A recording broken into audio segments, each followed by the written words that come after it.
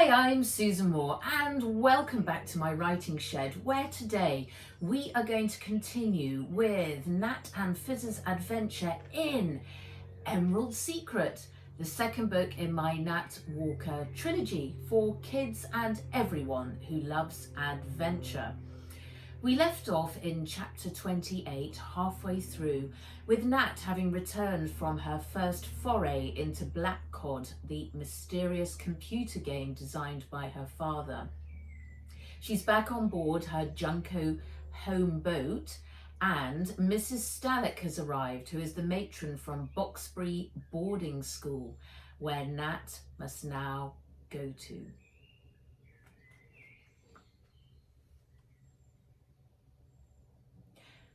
Zula, we'll come back tomorrow, said Nat, sliding off the chair and unzipping her suit. Mr. Limpet said you can only leave Boxbury at Exeat weekends, said Fizz. She sighed. We'll find a way. By the time she reached St. Catherine Docks, a blue Boxbury overrider was already pulled up alongside the Junco's gangplank. Tiger's teeth, she said, bringing her slider to an abrupt halting hover along the quay. She jumped down onto the cobbles. You'll have to park it up on the deck for me. She sprinted to the edge of the water, took a flying leap onto the barge moored behind the Junco, ran across its roof and dived in through the open porthole onto her bunk. Someone was rapping loudly on the cabin door. Natalie! Natalie! Called a woman's voice. Nat ruffled her hair and messed up her bed, and then hopped across the rug and opened the door. A small woman with short grey hair and wearing a blue and brown striped suit was standing with Ah Ping behind her. Sorry, Nat said with a yawn. I was asleep. Ah, you poor thing, said the lady. I'm Mrs. Stalick from Boxbury. I've come to collect you. Have you packed everything? She was looking around Nat's cabin. No, not yet, said Nat. Well, I'll help you then. We've got to get back to Boxbury in 30 minutes for supper. Where's your case? She stepped inside as Fizz came swooping in through the porthole. Oh my! Screamed Mrs. Stalick, clutching her chest. Fizz landed on Nat's shoulder. He's my dragon robot, said Nat. Mrs. Stalick stared at him. I thought he was a bat, a live one at that. Many apologies, ma'am, said Fizz, using his poshest English accent and giving a sweeping bow. She smiled. Very polite, I must say. Most of the robots in boarding don't do much, apart from that snake. She's about the only one with any real character like you. Would you be speaking of Vesperetta? Said Fizz, his eyes flashing purple. She nodded. Yes, that's it. I can never remember its name. Fizz swooped under the bunk, pulled out Nat's old grey suitcase and flipped open the lid with his talons. Let's get packing, he said. They were up on deck within 5 minutes. Nat's suitcase was bulging, mostly because of the Boxbury uniform. I want to take Gobi with me, she said, unhooking the cage from the mast. Mrs. Stalick sucked in her breath. Well, I'm not... She was my guardian's. I can't leave her. Very well then. It's against Boxbury rules to have live creatures boarding, but as long as she's well behaved, I'm sure we can make an exception. And I need my slider too. Mrs. Stalick held up her hand.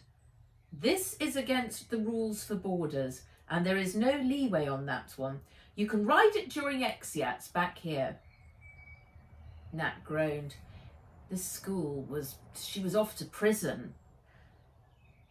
Righty-ho, say your goodbyes and we must go, said Mrs. Stalick.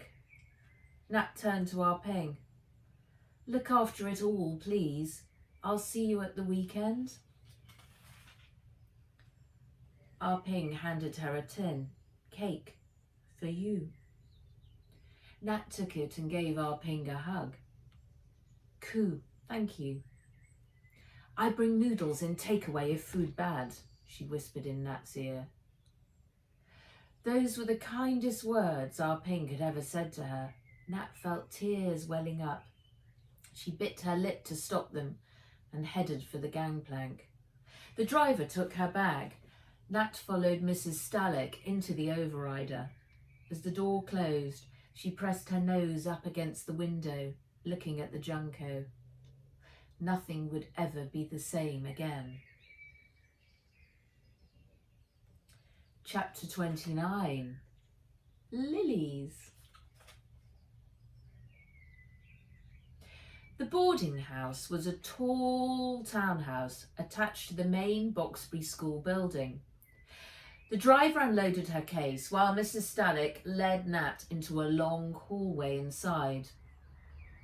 You must RET scan here every time you go in and out of the boarding house, she explained, showing Nat the security scanner by the door. Dining hall and sitting room are on this floor, girls boarding first floor, boys boarding second floor. Access to each floor is by RET scan. Read and adhere to the rules, please, and all will be well. She started climbing the staircase. Robots must be powered down by 10 p.m. Laundry is Tuesday and Friday. Prep is done in your room. And since you are in Year B, you are in a 3-bed dorm, sharing with Charlotte and Phoebe. Wake-up call is at 7, breakfast 7:30, school at 8 latest. She opened the door to the girls' floor and strode in. It smelled of shampoo, nail polish and stale biscuits. 3 doors along, she knocked and entered. The room was large and square with a high ceiling. A row of 3 desks sat against the far wall. 3 beds stood against another. Sorry, that was a row of 3 desks sat against the far wall and 3 beds stood against another. A few posters of ballerinas and horses had been stuck on the walls. 2 girls from her class were seated on one of the beds in deep conversation. They looked up. Say hello to Natalie, please, girls. She's had a very tough time, so I need you to make her feel very welcome. Charlotte and Phoebe smiled. Their smiles looked fake to Nat. Hello, they said in unison. Your bed is by the window, continued Mrs. Stalick. You can put the bird on the sill. It'll light, I assume. Bathroom is next door down the corridor. Now then, get settled in and I'll see you at supper in a few minutes. She exited briskly, leaving Nat stranded. The girls turned their backs to her and continued their conversation, this time in whispers. Fine, if they didn't want to talk, neither did she. She dumped her suitcase on the far bed. Should we unpack? Whispered Fizz. No, let's just go down for supper. There was a knock on the door. Delivery for Miss Walker, said a security guard, walking in. Nat looked up to see he was carrying an enormous bunch of lilies in a crystal vase. He set them down on the table in the middle of the room and left. Their sweet, sickly smell filled the room. There was an envelope sticking out of the top. Nat picked it up. Someone had written Natalie Walker on the front. Turning it over, she froze. I.S. was stamped on the back.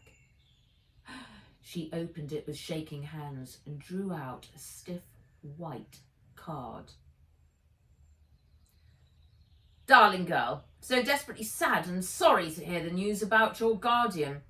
I had the pleasure of briefly meeting with Mr. Bourne-Jiggin on the night before his passing. He was a most charming and considerate man.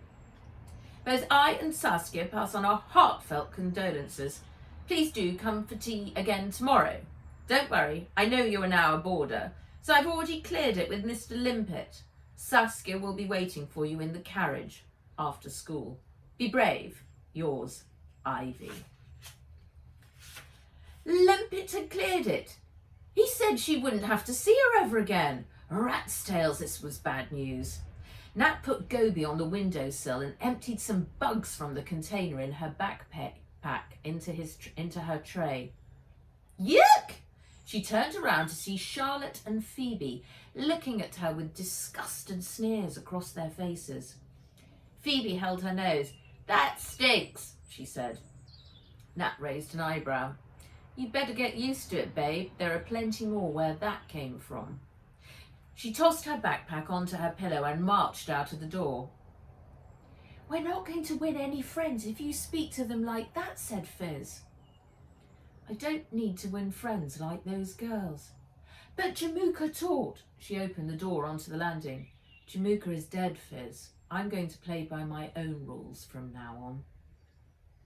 She found the oak door with a dining room painted on it and headed inside. It was like a miniature version of the main dining room at the school. Long tables and benches with some dusty old paintings of ex-headmasters hanging from the walls. On the far table, a familiar head was bent over a fast pad. Hey! Zixin turned around. Ah! Welcome, I heard you were coming to join us. Vesperetta hissed loudly and came slithering across the tables, and Fizz flew down to meet her. Sorry about your guardian, that really sucks. Thanks, said Nat, sitting opposite him. Limpet announced it this morning. Don't you have anyone else to look after you now? Is that why you've come to board? There's a fight over who gets the heiress. My aunt and uncle are contesting the will so they can get my money. Zixin's tongue flicked out. That sucks too. And you're in a dorm with that cow Charlotte. Phoebe's sort of okay, but steer clear of Charlotte. Nat managed to smile. I will. Is there a way to get out of here without being tracked by the ret scan? Zixin turned, checking that no one had walked in. Why do you want to know that? Nat knew that Zixin was her best and only option. Can I trust you to keep a secret?